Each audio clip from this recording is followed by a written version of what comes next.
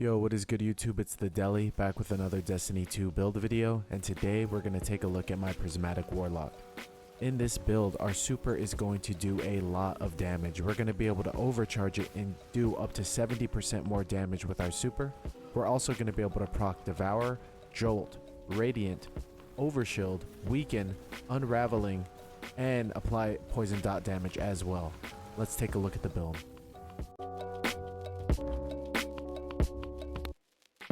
Alright, now taking a look at the build on our exotic class item, we were able to roll Spirit of Necrotic and Spirit of Star Eater. Spirit of Necrotic, damaging targets with your melee poisons them. Defeating a poison target spreads the condition.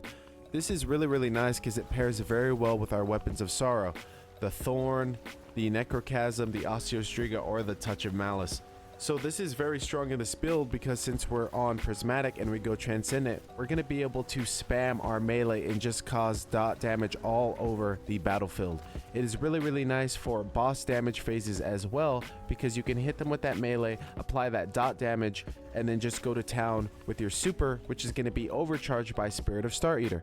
While your super energy is full, picking up an Orb of Power overcharges your super, granting it bonus damage.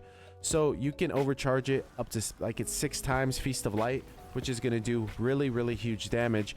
And these pair very well together for boss damage phases and just add clear. So it's good for both aspects of the game. It's very strong. Alright, next let's take a look at our exotic weapon of choice. I did mention all the weapons of sorrow, but I went with the Thorn. Thorn's intrinsic trait is Mark of the Devourer. Rounds pierce targets and deal damage over time. Kills with this weapon leave behind remnants. Its trait is Soul Devourer. Absorbing a remnant strengthens Mark of the Devourer and partially refills the magazine. This is really nice. You can get your magazine up to 39 bullets, and you can never have to reload with this as long as there's enemies around. I was running the Dual Destiny mission with my friend yesterday, and I never had to reload in the clock encounter. I was just killing ads over and over. And I also have Devour procced at the same time, so I'm getting free heals. It's really strong. The good thing about Thorn for our weapon choice is that it's kinetic damage, so that's going to give us bonus Transcendence energy. It's going to give us the same amount for light and dark, so we're going to constantly be getting Transcendence really fast. Alright, now let's take a look at our super abilities, aspects, and fragments. For our super, I'm going with Nova Bomb Cataclysm. This is really strong with Spirit of Star Eaters. For our abilities, I am going to be using Phoenix Dive. It's really nice. It has the fastest cooldown out of all these class abilities, and it's also going to proc one of our aspects. We're going to have it up pretty constant. For our jump, this is just preference. I'm on Burst Glide. For the melee, I do suggest Arcane Needle. You get 3 charges of it. It does have a longer cooldown, but when you're Transcendent, it's going to refresh all your cooldowns, and you're just able to spam Arcane Needle and just constantly add that poison dot damage across the whole battlefield. This is really strong in this build. For our grenade ability, we're going to be using Vortex Grenade.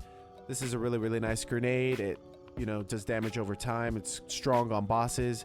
And with Devour, we're going to be constantly getting our Vortex Grenade. You also could sub in Storm Grenade if you do want to get amplification, so you can proc that artifact mod to get more damage resist. For aspects, we're going to be on Hellion. Activate your class ability to summon a Solar Mortar that lobs flaming projectiles at distant targets. Targets damaged by the mortar are scorched. This is really nice. When we pop that Phoenix Dive, we're going to get this Helion turret, and it's just even more damage during boss phases. You can hit him with your melee, proc that poison dot damage, get Scorch going as well. It's a really nice aspect. For our second aspect, we are going to be using Feed the Void. Defeat a target with any ability to activate Devour. Your Devour effects are improved, restoring additional health and grenade energy. With Thorn and Necrotic Grips, we are constantly going to have Devour procced. Just getting all those poison dot damage kills is just going to keep chaining, and we're going to have increased grenade energy and get healed on every kill. This is a really nice combo in this build. Alright, now let's take a look at our fragments. Our first fragment of choice is going to be Facet of Devotion. Defeating a target afflicted with stasis or strand debuffs grant bonus light transcendence energy. This also is a +10 to strength.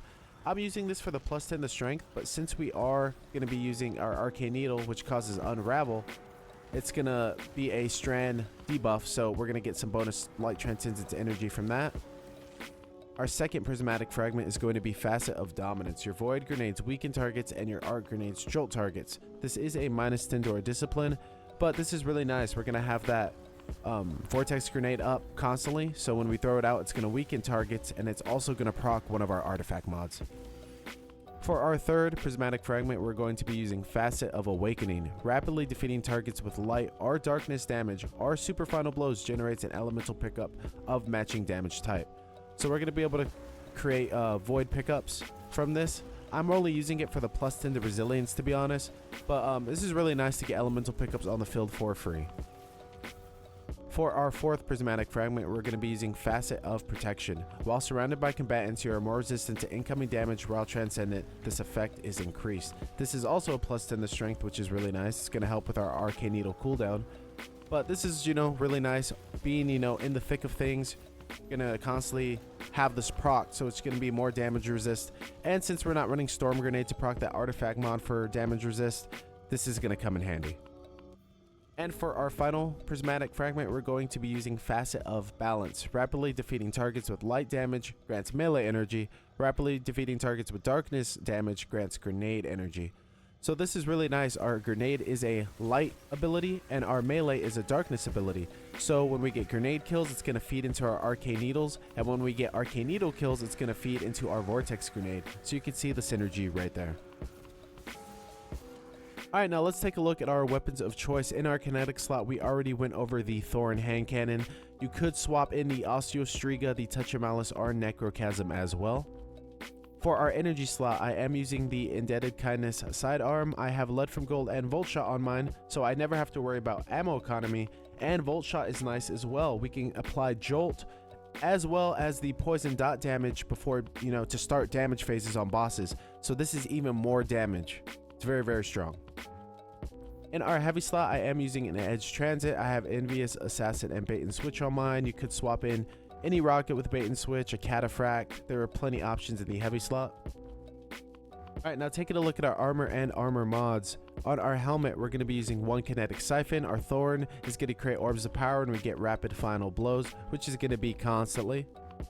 Our second helmet armor mod is going to be Font of Wisdom. You gain bonus intellect while you have any armor charge. This is going to be a +30 to our intellect, so we're actually going to have 63 intellect.